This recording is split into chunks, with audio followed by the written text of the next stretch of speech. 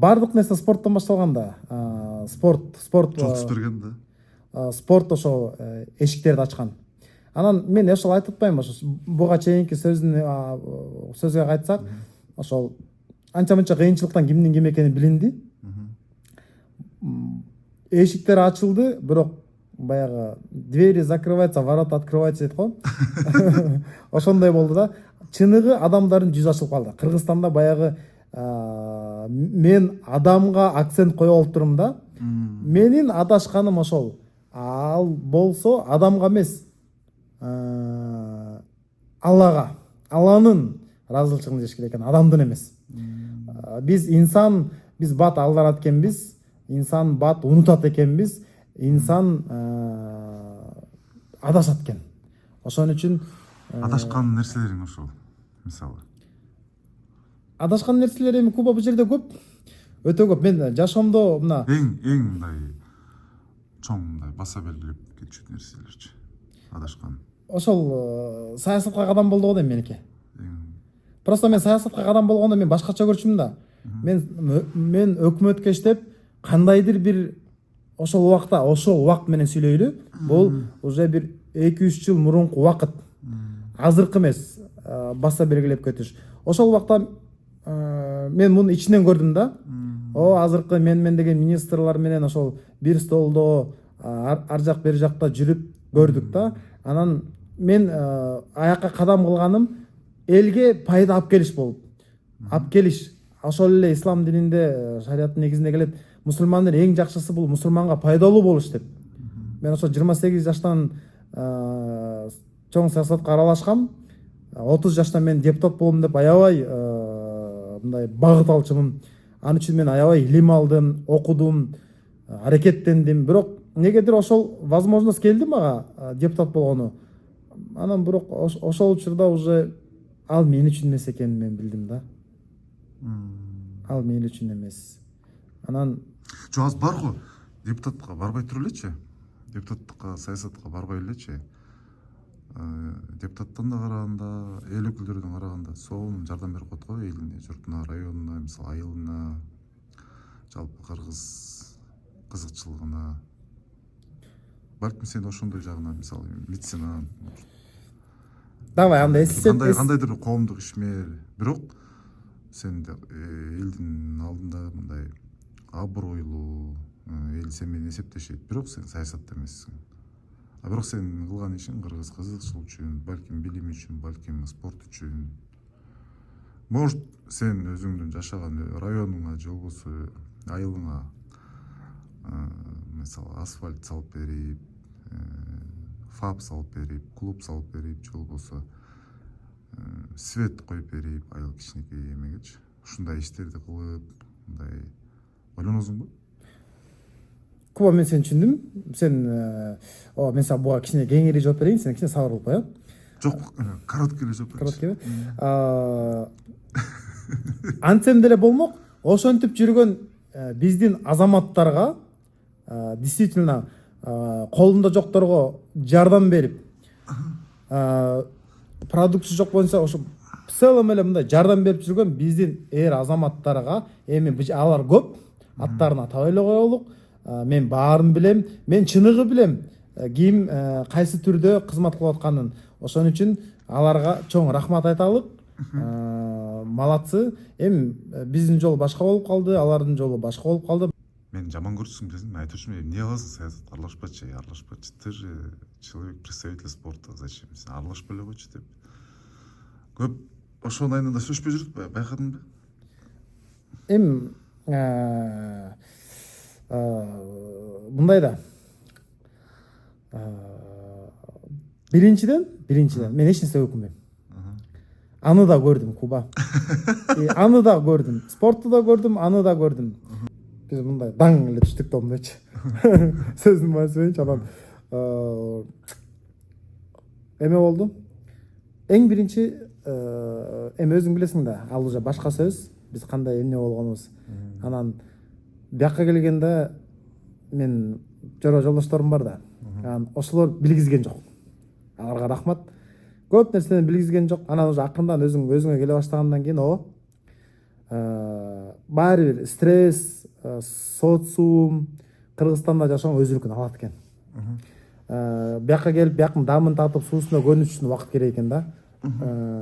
Ар бирөөнүкү ар кайсындай, бирок баарыбыздыкы эле мындай примерно форматыбыз бирдей.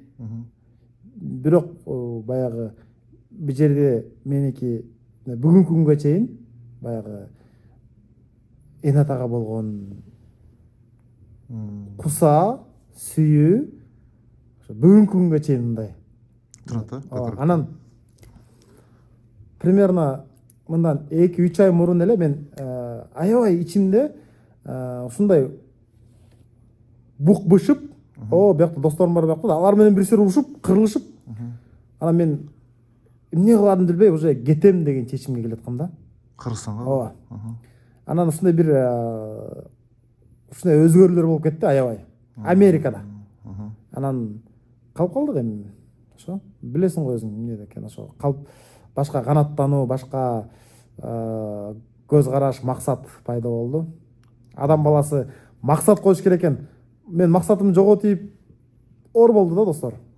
Калды келтириш, Өзүңдү жоготуп коюш, максатыңды жоготуп коюш, ошол убакта шайтан алакена жаман иштейт экен да. Ар кайсында ойлор келет экен. Ошон үчүн өзүңөр максатыңарды жоготпогула, билем. Ар бирөөбүзгө кыйын болот экен. Вот азыр ким ушуну көрүп атса, кыйынчылык эки нерседен берилет экен. Бирөө Алла Таала сынап берет экен. А бирөөсүн өзүңө окшоп эле тиленип алат экенсиң да. Бирок көп эме болуптур да сенде, суроолор болуптур да. Кетем, эмне кылам, кандай кылам, ким менен кылам. Эми ар бир жашоо, адамдын жашоосу тарых да. Ар бирөөнүкү тарых. Анан мен ойлойм эми мен өзүм үчүн убактысы келгенде китебимди жазам да. Чисто өзүм үй бүлөм үчүн, семьям үчүн. Эми бир күн болсо өлүп жанып санат да.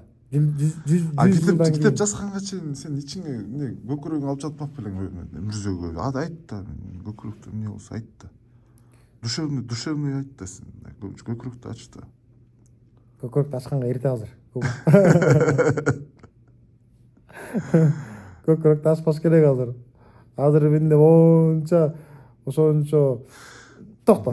Мен баягы сөздүн башында айтканмын, мен ушакка келип, я никому не обязан, и мага никто не должен экенин түшүндүм депчи. Мен ошол нерсени карманып, ошол нерсени мындай, биякта мындай деп мындай өзүмдү токтотуп, мындай. Атага жарылам десең бат эле. Бир жарылдым эле Америкага келип калдым го. Америкачы бирок көп адамдарды тарбиялап коет экен, Туптуура айттың. Социалдык тармакта адам башка, кадимкидей башка. Кирсең, тим эле страницасы сонун, Кудай деп, чики. Бирок адам жашоосунда башка. Экөө бири бул эки башка. Эми бир суроо. Сен мени көптөн бери билесиң да? Көптөн бери билесиң. Примерно сен мени билгениңе 2009 көп эле болду. 2009. Көп эле болду. Смотри.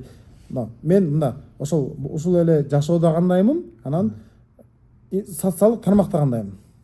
Сенби? Ошол экөө бири-бирине дал келеби, келбейби?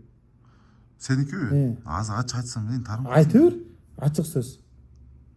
Дал келбейт. Меники деле дал келбейт. Окей, мына көрдүңбү? Ачык нерсени экөөбүз бири-бирибизден баштабыз. Эмнеге дал келбейт? Мына мен жооп берейин. Чубак устаз айтканда мага өзү ошо мен аябай ошо сөздөргө убагында маани бербептирмин, бирок эстеп мындай баягы түрдүрөсүң го пленканы. Ошондо мынтип айтыптыр. Азыр бул саясат, точнее бул телефондун ичинде болуп аткан нерсеге биз баарына жооп берет экенбиз. Бул суроо мен мурун мындан где-то бир 3 жыл мурун каяктагы бир мен колуман келбеген, мен кылбаган иштерди эле элдерди бир жашоого үйрөтөлүп бир нерселер жазып киргизип жүрчүкөм да. Ага мен дал келбейм, эки башка адам. Анан ошол чубак устаз айткан, ар бир тамганга дастан жооп бересиң депчи. Ошондон кийин мен көп нерсени мындай жазбай эле киргизип калгам да. анан андан кийин жазып киргиздим, бирок ошо жазган нерсем өзүмө туура келсе, ошого мен татыктуу болсом, ошол чын болсо. Анан азырда ошондой адамдар көп, бирок мен андан Кудай көрүп турат. Бир убакта сестиң да? Сестиң да? Туура эмес экен да? Аны чуак устасаткан да. Ошондон кийин анан биз ар бир сөзгөн айткан тамгабызга, азыр бирөөгө деле жаман жазасыңбы, ошо эртең жооп бересиң. Жаман естественно жооп бересичи. Сен адам өзү билет го, өзүнчү. Я не соответствую деп сен качан билдиң? Ошо чубак устасаткандан кийин эле билгем. Анткени мындай адамдар болот экен да, илимдүү, билимдүү адамдар болот экен. Бир эле жолу сага айтат, ошо сөз конкретно сага тиет да. Бирөө сага 1000 жолу айтат, аны маани бербейсиң. А бирөө монтип деле айтат, ошо сөз прям жүрөгүңө кирет, башыңа кирет, анан резко токтотосуң. Ошо чубак устасатканда резко токотком мен. Чын. Андан кийин уже өзүбүз билим алып, иштеп, башка чөйрөгө кошулуп, кичине өнүгүү кылып, мен, например, мамлекетте иштеп жүргөндө, жумуш 9-да башталса, ошол убактагы мен үй бүлөм билет, ошол чогуу иштеп жүргөндөр билет. Мен 7:30 туруп, водитель келчи, 7:30 окууга барып, 9-да жумушта болуп калчумун. 1,5 саат окучумун, таң атпай барып, анан кечинде окучумун, эртең менен окучумун, кечинде окучумун. Анткени баягы илимсиз биз өтө караңгы экенбиз да. Анан учурдан пайдаланып айткым келет, бул эң биринчи бул илим. Биз жаштык кезибизди илимге жумшаш керек экен. Акчага эмес, спортко эмес, жаштыгыбызды илим көбүнчөсү илим алыш керек экен. Билимби же билимби? Билим экөө чогуу. Экөөнүн сөз жыйынтыгы чогуу эле. Мааниси. Азыр китеп окуп атасың го. Азыркы учурда китеп окуганга эч нерсе убактым болбой атат. Азыр англис тилин окуп атам. Анан сөздөрдү жаттайм. Анан кечинде тренер болом, ал жерде аякта жалаң англисче сүйлөгөндөр, ошого даярданам. Анан кичине убакыт болсо эле ошо англисче кино көрөм. Сентябрдан баштап колледж кадимкидей эле. Анан бирок жакшы. Например, 1 жыл мурун эч нерсе болсо дуп болчумун да. Азыр смело мындай сүйлөшөм. Ломан английский бар, Бирок Паломан английский. Паломан ошо стептен өтө албай атам да. Кичинекей бир нерсе кармап атат. Барьер эмеспи? Барьер. Ошо меники момундай. Барьер анан эме практика кылдым. Практика момундай. Билбейм момундай. Бирок, Куба сенесиңби? Бирок мен азыр Детройтко барып келдим го. Детройт жумуштан мүмкүн. Когда башыңа күч келгенде англис тилин өзүрө чыгат экен. Ошону таң калдым да. Жашо бушка такаганда каалайсың. Монт туруп акалай кылып туруп англис тилин колдоп турасың го, өзүңдө калып каласың го. Монт сөздөр просто жаттагандан кийин бир убакта унутуп кетет экен да. Ошонун баары чыгат го. Ошо. Англиский керек. Мен деле кыйрат англис тил албайм, бирок мен Сен мага караганда жакшыраак болчу. Сен бишки тилин баштагансың да. Копко түшүп көрдүңбү? Копко түшүп көрдүм го. Кандай болду экен? Эң башында эч нерсе түшүнбөйсүң да. Эң башында резко бияктан кармалгам. Андан кийин биякта Филадельфияга келип, уже кичине тил үйрөнүп, чак болуп, кичине эки сөздү кошуп калгандан кийин такси кылып жүрөм да. Анан келгенде баары эле такси кылабыз го. Такси кылып жүрүп, меники деген номерим временный болчу. Аккаунтум левый болчу. Анан тиги сен азыр деди, ошо артында эки караш бар. Азыр деди, сен ушул жактан иммиграционный служба чакырам, ушул жерден кетесиң. Мынтип көргөздү да. Анан блин дедим, ичимен болгон келменин баарын айтып, сүрөнүн баарын айтып, анан турган жеримен тирдеп кеттим менчи. Анан документ жок, өзүң билесиң башында. Анан тиги Кудай жалгап басмен экен да. Интернетти көргөзүптүр эле, анан эмне кыларын билбей, Хабиб менен сүрөтүн көргөзүптүр. Анда мен Хабибке чалам дедим. Чын элеби деп ошону дедик. Анан бойлорум көргөзбөй, күлүбүйдү. Жанагычы күлүгөндө деп момду өзүмдү кое берип, анан тиги ушул жерден түптү жийиң бар деди. Мындан кийин минтип вообще иштебе деди. Анан минтип айттым дегенчи, полицейскийгечи мен силерге айттым да, вот мен спортсменмин, 5 күн тренировкага калам, 2 күн эле иштейм, выходной күндөрү уикендтер иштейм дедим да. Бирок мен урдабайм, мен арак ичпейм, мен наркотиктер чекпейм, мен ушундай таза болом. Мен 2 күн мен антпесем ачка калам деп анан кетирген, ал кетиргенде сүйүнгөн боюнча кеттим го мен. Элестет. Thank you деп. Сен күнү пачкалап айтасың го. Элестет ошо көп түшүнгөн да. Түшүнүп, ушундай мигрант экенимди, ачка экенимди көрүп анан кетирген. Жаман бактылуу күн болгон ошочу. Тасык бересиң да. Мен ютубумдачы эч кандай вложение жок да. Телефон менен ушу жазап коем. Мен деле ойлогом, сени мындай свет тяп коюп, микрофон байлап алып тартат болуш керек. Не керек өчүн жашоо сложение кылып. Житаң оор жашоодун өзүнө. Все, да, рахмат. Bye.